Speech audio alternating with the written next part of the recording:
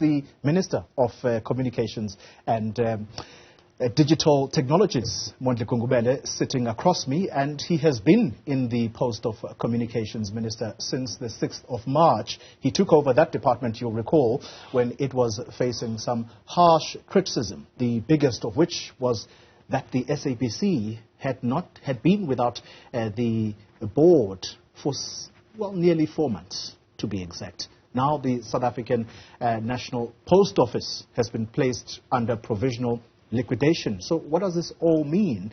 The Minister is here to respond to all of these challenges. Minister, thank you very much for affording us your time. Good morning, Xoli. Good morning. Thank you for the opportunity and to interact with yourself and your viewership. Happy belated New Year. Thank you, Minister. We haven't seen each other in a while. I want to start off with the South African Post Office. You've called for calm, and you have said that the situation is under control. I want to kick off the conversation with a question that suggests that the Post Office is possibly technically insolvent. Is that a fact?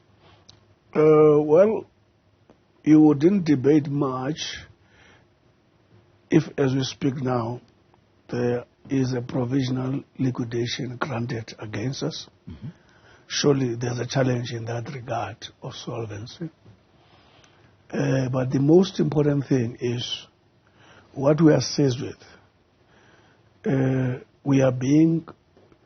What is at the back of our mind and what we are seized with is the public interest the post office is serving.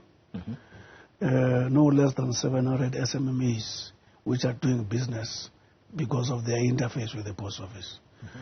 No less than 6.9 million beneficiaries who get their grant through the post office. We also have the interest of quite a huge number of creditors whose interest find expression in us paying back their, making sure that their loans do generate what it's supposed to. So, against that background, what we are seized with, every effort we are involved in, is to do everything we can do to make sure that the post office survives, because the interests I've already articulated are at risk if the post office doesn't survive. Fine, Minister. In a very long-winded way, you are suggesting that efforts are being made in order to see to it that the post office does not collapse. But I've asked a very simple question. Is that entity technically insolvent as we speak? I've said to you, there seems to be that suggestion. The fact that the provisional liquidation has actually been granted against us. Let me put it this way to you. I had to answer this question in a number of ways.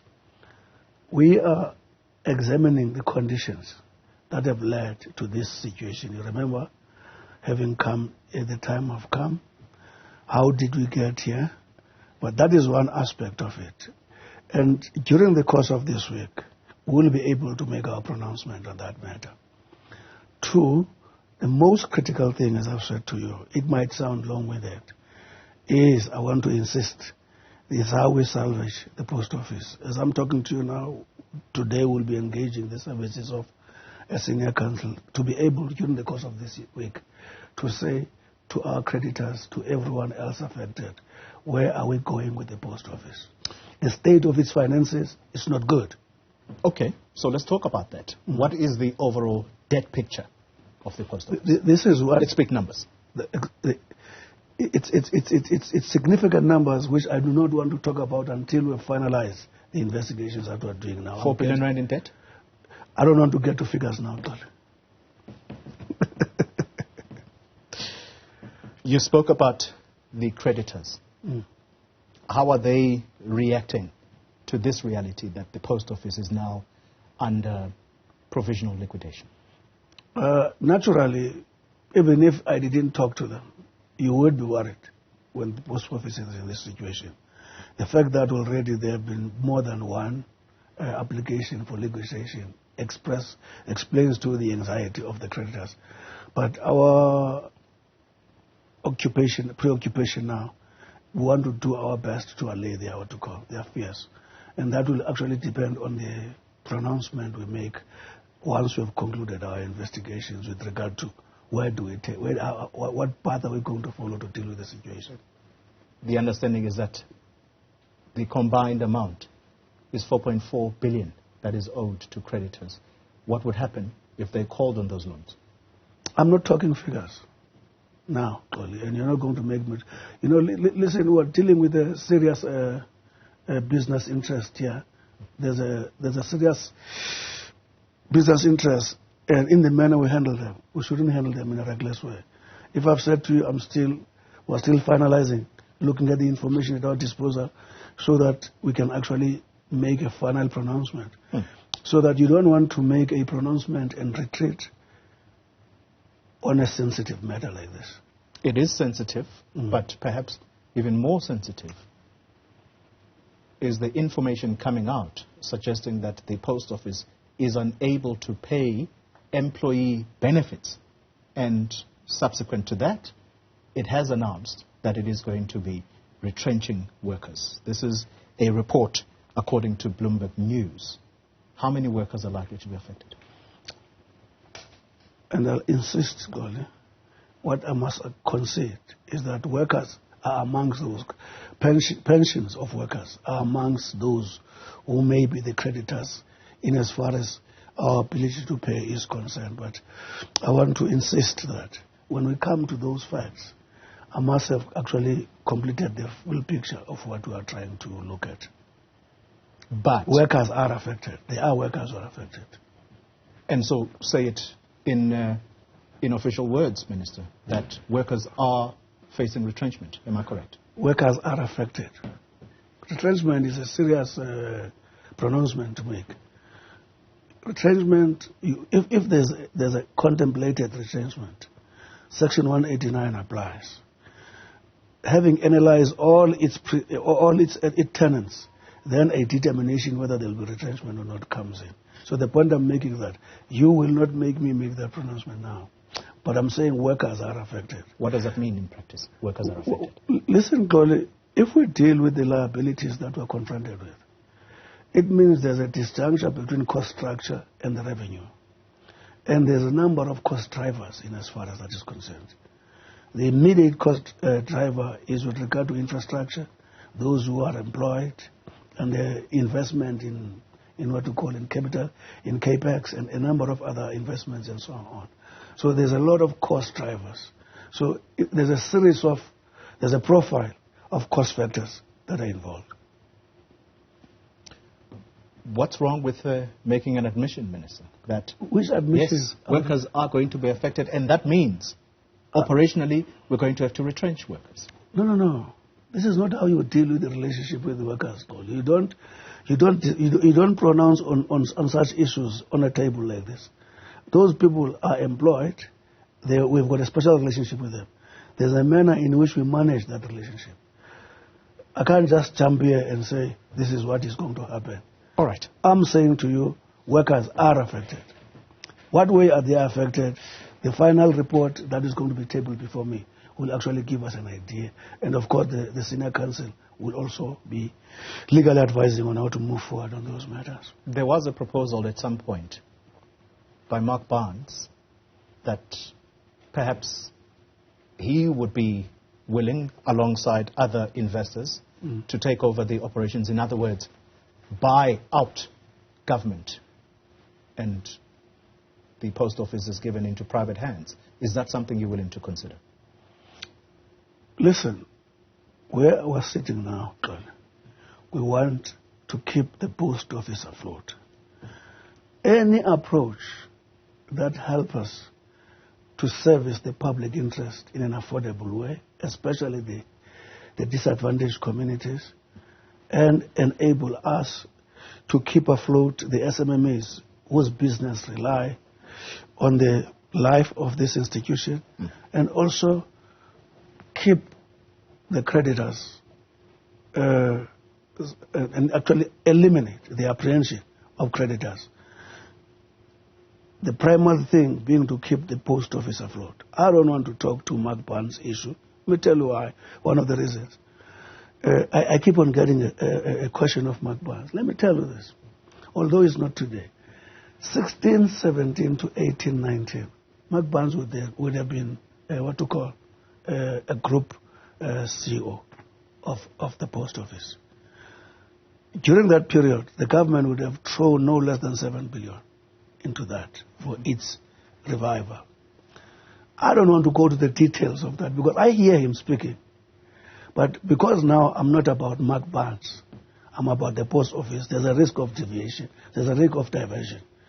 I just want to say to you, during that time, you must ask him, if you call him here, that during that time, 7 billion was deployed from 16, 17 to 18, 19.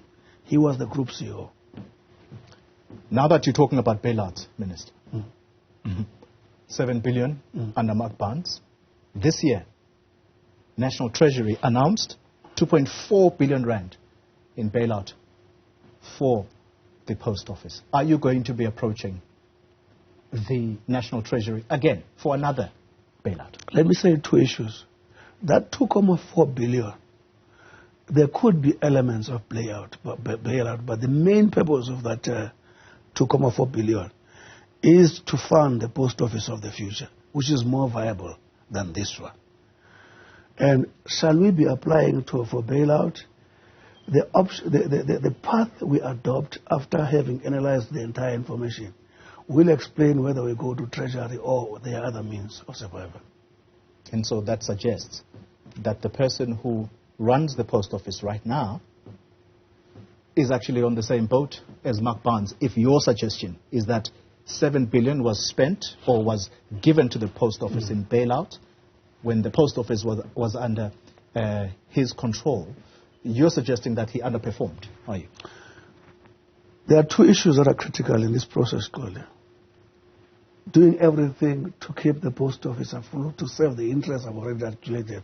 The second one, how we got here has to be answered. That's a different process. And where does it lead? It will depend on its outcomes, on its findings. All right. We're going to leave the post office discussion there because you're not giving me much, but what is clear? Do you want, Scott? What is clear? What do you want? What is clear? When you say that workers are going to be affected, what you are saying, in actual fact, is that workers possibly could be retrenched. I've not spoken about the retrenchment of workers, but I've said we are running at a loss. Okay. And that loss translates in series of liabilities. And those liabilities have creditors attached to them. Right. So I am not going to say who. Is it Olim Gambi, who we owe 20 rand? Because that's what you want me to say, and I'm not going to do that here.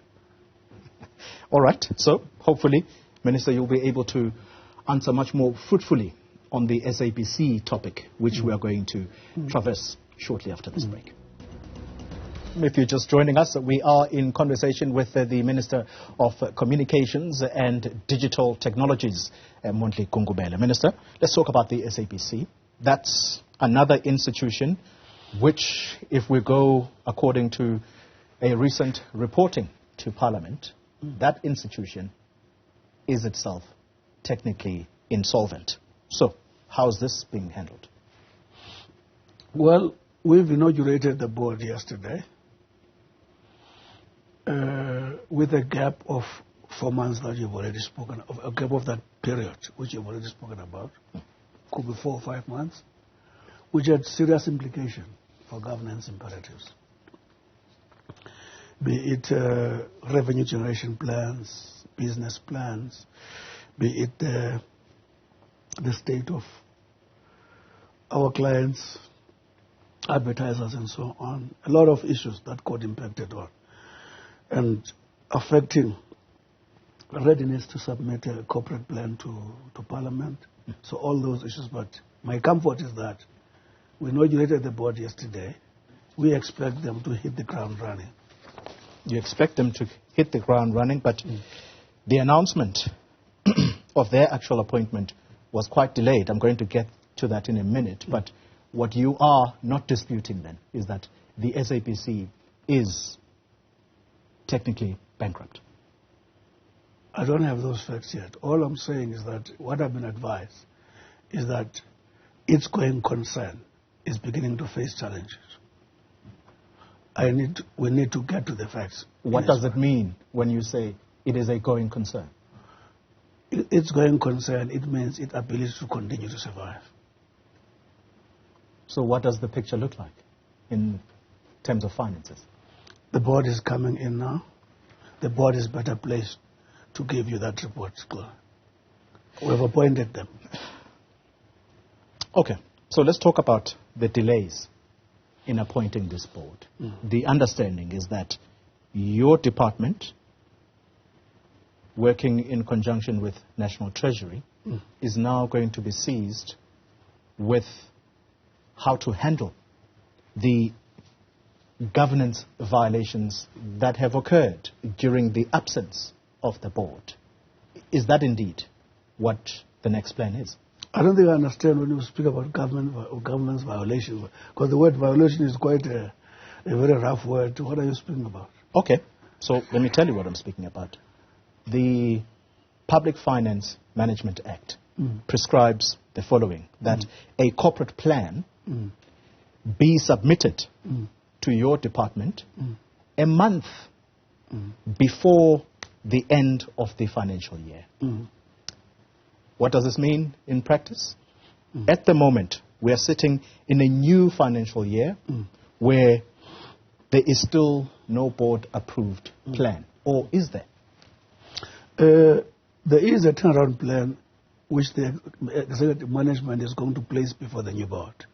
And the new board will have to analyze, and then they will reach a determination on that. If they amend it, they amend it. I've already said you up front, Coley. Our failure to appoint the board for such a period put at risk a number of governance imperatives, right? You opt to call it a violation. I don't want to dispute that. But how do I answer your question? All those issues that you're speaking about, they can only be resolved by the board, which we have inaugurated yesterday. Now that they are here, there's a lot of governance issues that have actually been faced with challenges. They will analyze if there are any implications in as far as performance of the institution and its services concerned, and they will advise. But the board is there now. There's no need for Treasury and the department. Who should be held responsible for at least what I describe to be governance violations? The board is there, clearly. They will analyze everything, right?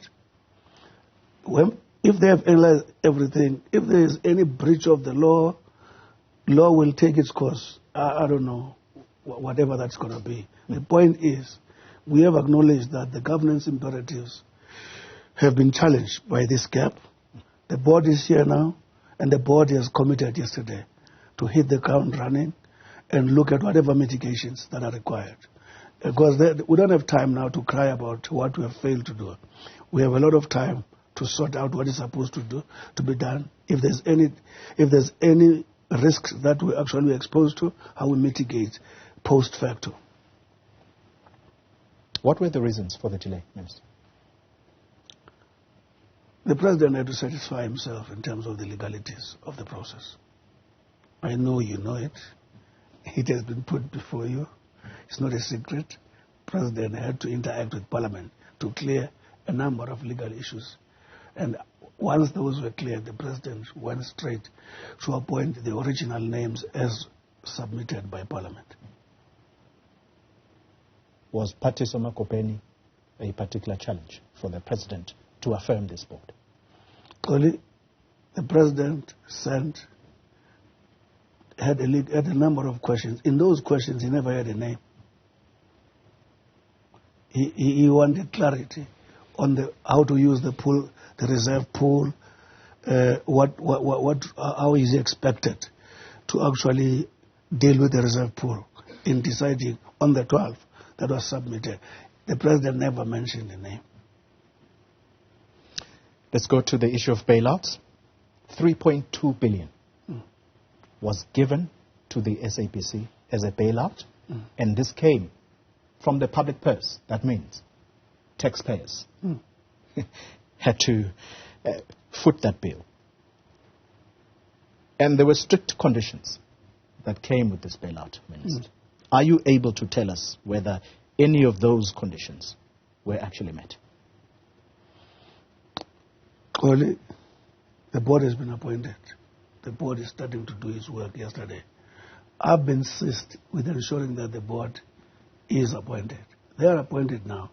And I also want to make this point. Sometimes we must not make it as if it is a disgrace when the state pays, try to assist SABC. SABC is a public knowledge that their main source of revenue is the commercial environment. So yet they also has a huge load of public service obligations.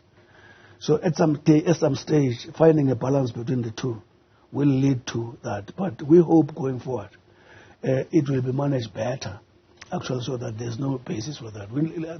This also involves reviewing policies that improve their revenue streams as we speak now.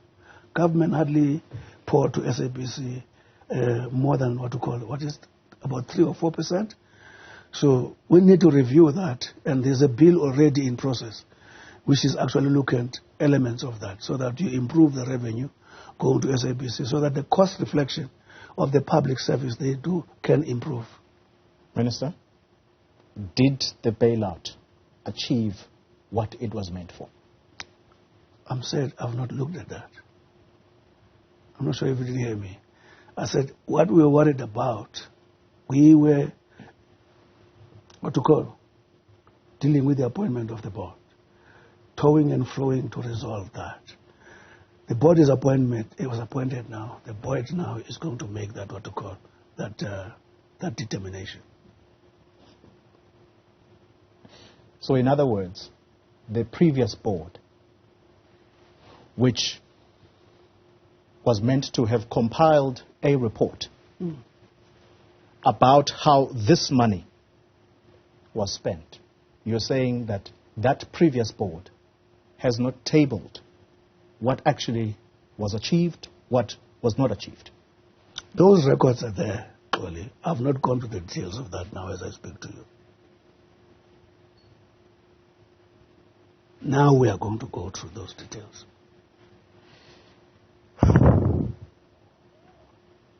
Is the taxpayer, at least, going to be informed how this money was ultimately used? Because 3.2 billion rand is a lot of money. Absolutely. We're legally obliged to do that. Yes. That information call is going to come. And I also want to allay you, don't even stress about it. It's going to come. You will know it.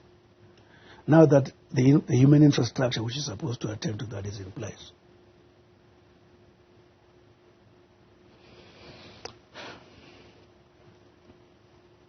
I'm going to have to leave the conversation there, Minister. Okay. Because I'm not sure, sitting here right now, what the public is supposed to walk away with when we talk about an SABC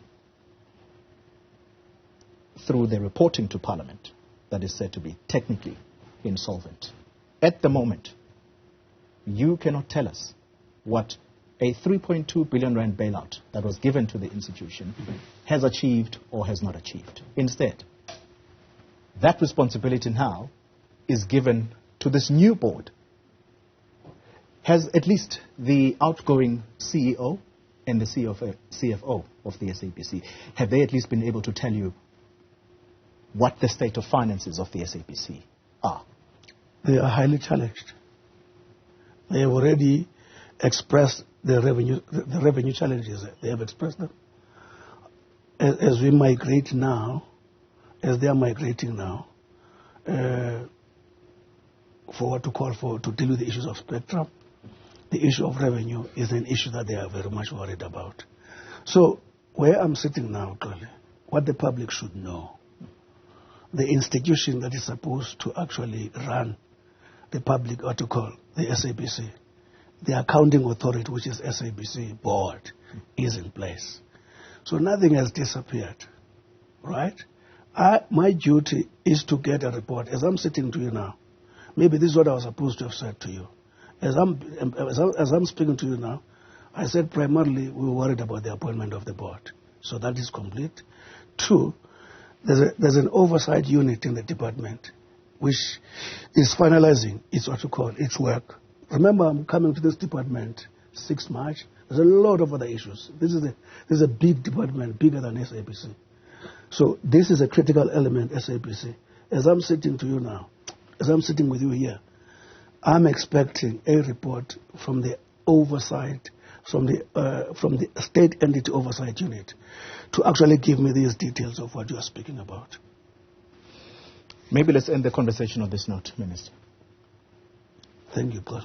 The CEO is the outgoing CEO as we speak. The CFO is the outgoing accounting officer at the SABC. Will the new board have enough time to actually talk to these people to say what has been achieved with this bailout? What do you mean by enough time? They will get the report. They will analyze the report. SABC board clearly is comprising of various skills, chartered accountants, lawyers, all the kind of management scientists and so on. They are all there. That's why the skills were carefully selected.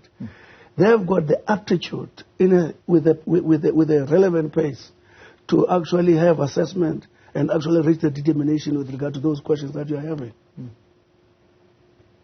The new appointees, unless the reasoning here is that the outgoing CEO is actually going to be returned, the outgoing CFO is going to be returned. When does their term end? My understanding is that it is in June, unless... It's around there, yes. But the point is that's going to be the determination of the new board. Remember, those issues that you're speaking about, those decisions are taken by the board. All right. The board is going to assess the state of SABC and analyze the current problem as it exists, have a proper profile of the problem. How does it speak to human resource? How does it speak to finance? How does it speak to infrastructure? How does it speak to procurement of program? How does it speak to revenue generation? They will actually come to a conclusion. Already the CEO has got a report that is going to give to them with regard to that. They will analyze that. If they see gaps, they will deal with that. That board is capable of actually reaching a determination with regard to way forward in as far as the situation is concerned. We've got a full confidence in them. That's why the president appointed them. Let's end it on this point then, that are you able to at least give us a timeline of when the public will be told how this money that was given to this institution as a bailout was spent? Within a month or 2, you will get that information. Within a month. I can make that undertaking. All right. Because I don't think it's an information which is not existing. Money has been spent. Accounting books are there. It's a question of putting that together. Those records are there. Okay. All what you need to do is to analyze them and then look at the financial position of the institution and be able to answer this question. Mondli Gungubele, let me thank you very much for your time. Thank you for your time, Colin. Thank you very much. Minister of Communications and Digital Technologies, Mondli Gungubele there. All right.